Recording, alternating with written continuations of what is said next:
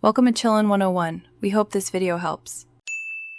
You start by removing any immediate obstruction.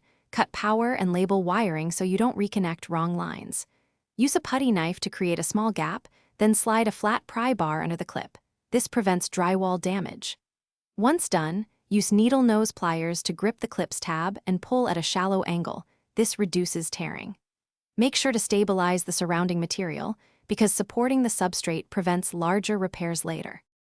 You continue by addressing clips that resist. Work from the outer edge toward the center and pry in short, controlled bursts so you don't rip the surface. If the fastener binds, apply a small amount of penetrating oil or use a heat gun briefly to relax adhesives. This loosens corrosion without brute force. Once loosened, use pliers to rotate and extract the clip.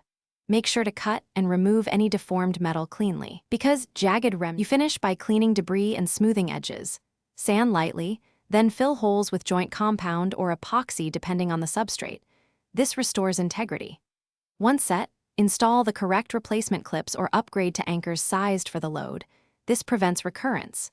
If you hit a problem, like plaster cracking or a loose anchor, expand the repair area and use reinforcing tape or a backer. This redistributes stress and fixes the root cause quickly, avoiding repeat failures. Thanks for watching. Consider subscribing if we helped you.